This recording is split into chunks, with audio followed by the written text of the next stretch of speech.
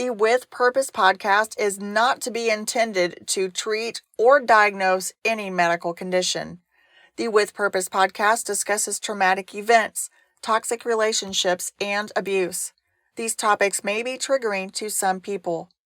The content shared and stories told by With Purpose and its guests is for informational and entertainment purposes solely, and is not to be intended as a substitute for the advice of a physician, medical provider, or therapist.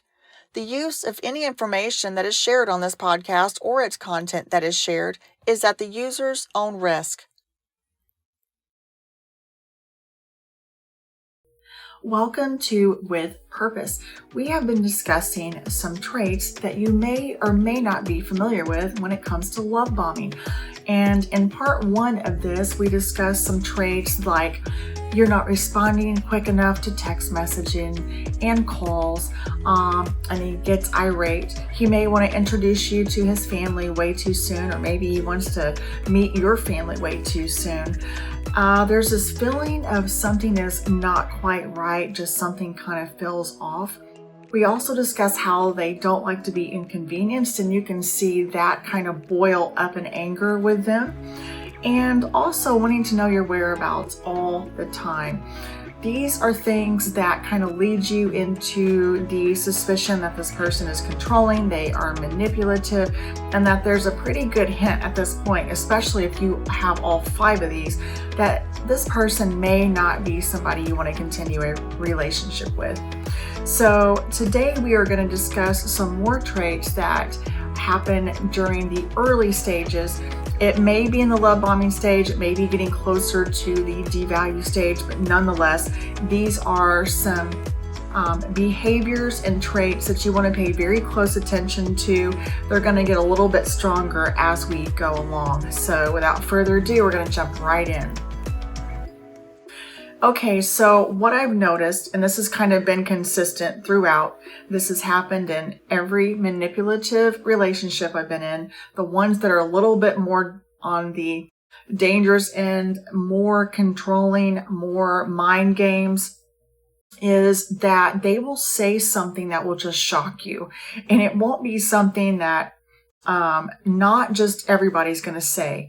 So typically when you get into your more controlling types, more manipulative, more sociopathic tendencies, in that darker triad, you're going to hear something that they're going to say where the mask is just kind of going to slip, if you will.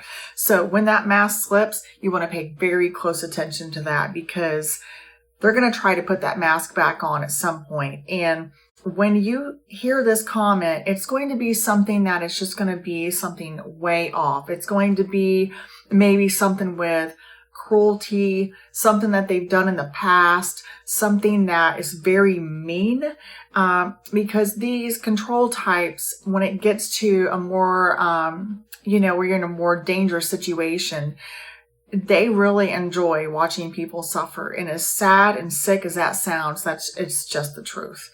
So you might hear them say something like they hurt somebody's animal, or they beat somebody up.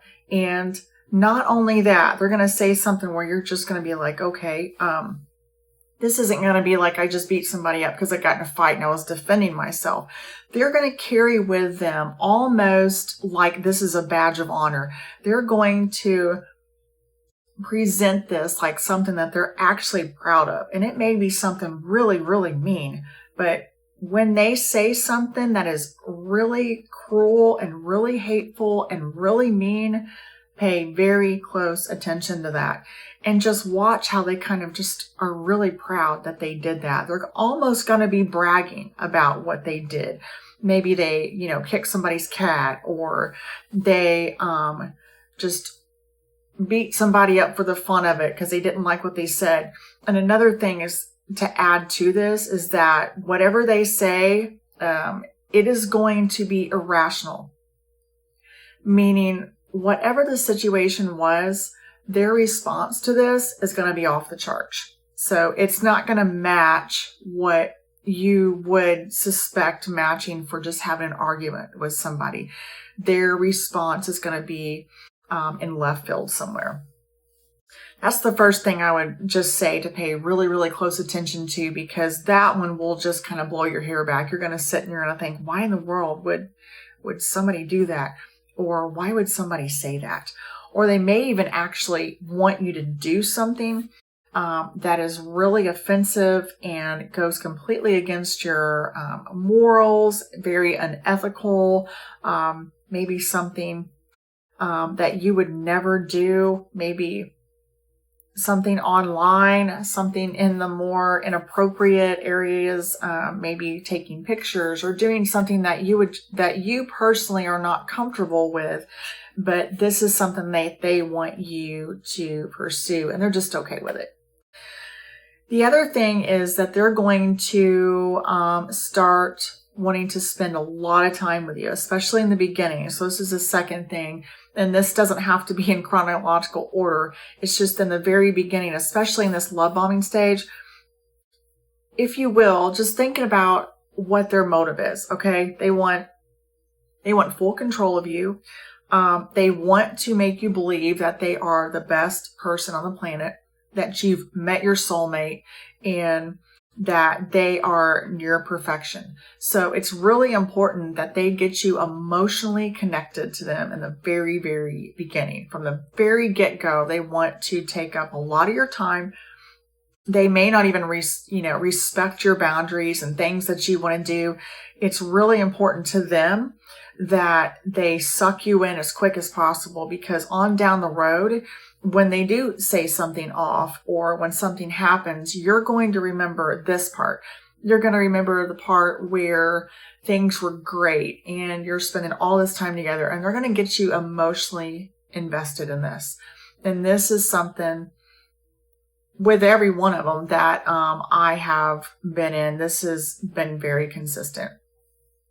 So that's the second thing.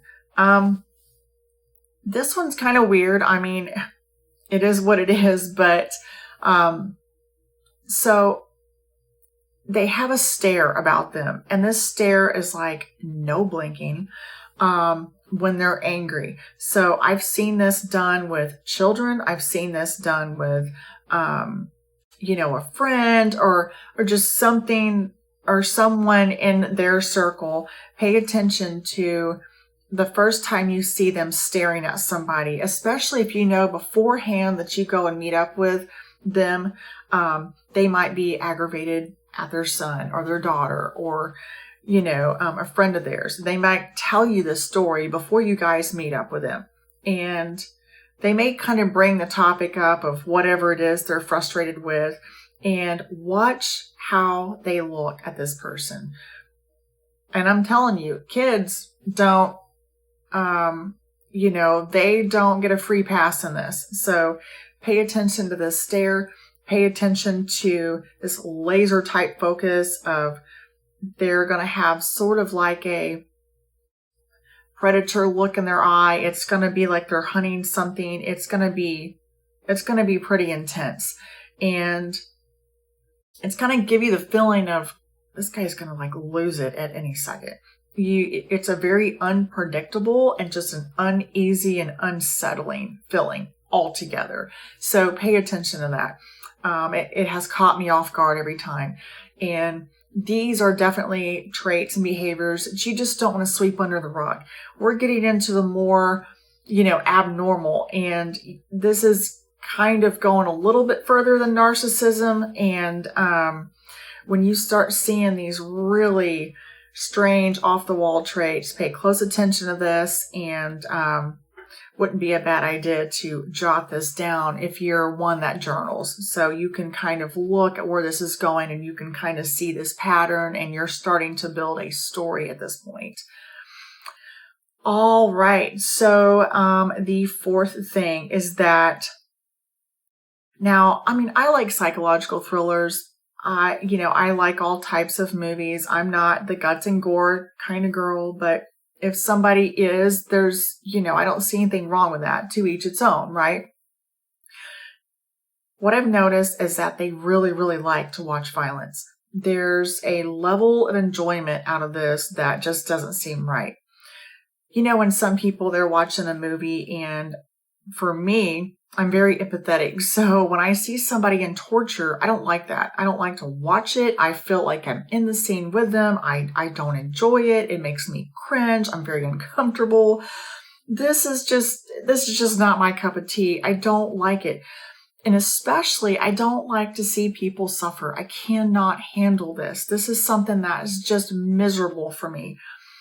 So when I'm seeing all this violence and I'm seeing the torture, I just can't hardly keep my eyes on it. I just can't do it. It makes me cringe.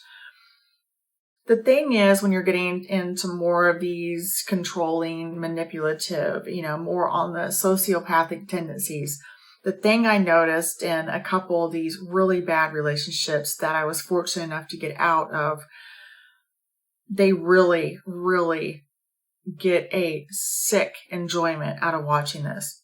It's almost like there's no expression when they're watching it. They don't have they don't cringe. They don't have those type of reactions. It's almost like you can just watching them, like it really, really, it gives them a tremendous amount of joy to see and watch a human, being suffered or suffering, or a person that's been caught, a person that's, just being, hurt in some form or fashion. And I would say above all these things that we've talked about in the last episode and in this one probably stands out the most for me.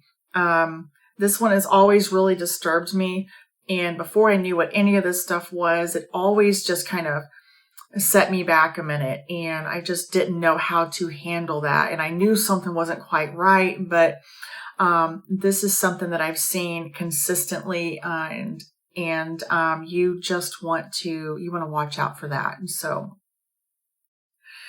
okay, another thing, this may or may not be something that you've heard of, and I'm going to try to describe this as best as I can. So, something that's been said to me in the beginning, especially in the love bombing stage, is, so, they want you for their enjoyment. This isn't about them making you happy. This isn't about what they can do for you and what needs they can fulfill for you. This is all about what can you do for me. It's about me, me, me, me, me. And I've literally been told, hey, if you were to have been involved in this or that, we wouldn't be together. So maybe that maybe you're in a band, maybe you like music, maybe you like art, maybe you like going to the gym, whatever that thing is, that is your hobby that you spend in your spare time, something that is really valuable to you, something that's important to you. If they're not into that, they're going to let you know that. In some form or fashion, they're going to almost come off as threatening. Like, hey, if you would have been involved in this, there's no way we'd be together. And they're going to give you some weird excuse or some off the wall excuse as to why, but pay attention if they don't value the same things that you value. And it's not that it's okay if they don't enjoy the same things that you enjoy, but it becomes toxic when they want to pull you away from those things, and they have zero respect for the things that bring you happiness and the things that are important to you and things that you do in your free time. And this is one of those things that when they say something like this along those lines, that's when you want to just kind of stop and pause and think, you know what? If I move forward with this relationship, this person's going to try to control everything I do, going to try to control my time, and he doesn't even find it important for me to have a life outside of this relationship. So there's 5 more things to note, jot down, pay attention to. They're very, very important. And I want you to start building this story. And if this person already has all these traits, heaven forbid they have all of them, then it's time to cash out. But, they may have a few of these, and they may have a few of the worst ones. And this is something that you want to, in your journaling, write down so you can see it on paper, so you can see it outside of yourself and you're starting to look at it. And it's really hard to deny it to yourself and sweep it under the rug when you see it written down on paper. So that's something that really helped me, especially getting out of these relationships whenever I was struggling to kind of trust myself and my judgment. And that's something we'll get into later. But for right now, what I'm trying to do is give you enough information to where you're not in the devalue stage. I would love that you would see some of these things and realize that it's a really good chance you're moving into a toxic relationship with someone that is going to control and manipulate you. And the end of this is not pretty. So we're going to go more into when we start stepping into the devalue stage in the next episode. And we're going to go through those traits and we're going to go through those behaviors. And I hope that you haven't gotten there by this point. But if you have, what you're going to need is some validation, and you're going to need someone to, that you can relate to that's been there, so you can justify, hey, this is not just in my head. These things aren't things that I'm just coming up with. These are things that somebody else has been through. And I'm here to tell you the things that I'm going to go through and the things that I've already discussed. Many, many, many people have already gone through this. I want to tell you some of the more unpopular traits and things that you probably haven't heard of, and things that, might seem a little strange, but have been consistent throughout. So thanks for joining me. If you have not subscribed yet, please hit that subscribe button, and I will see you next time.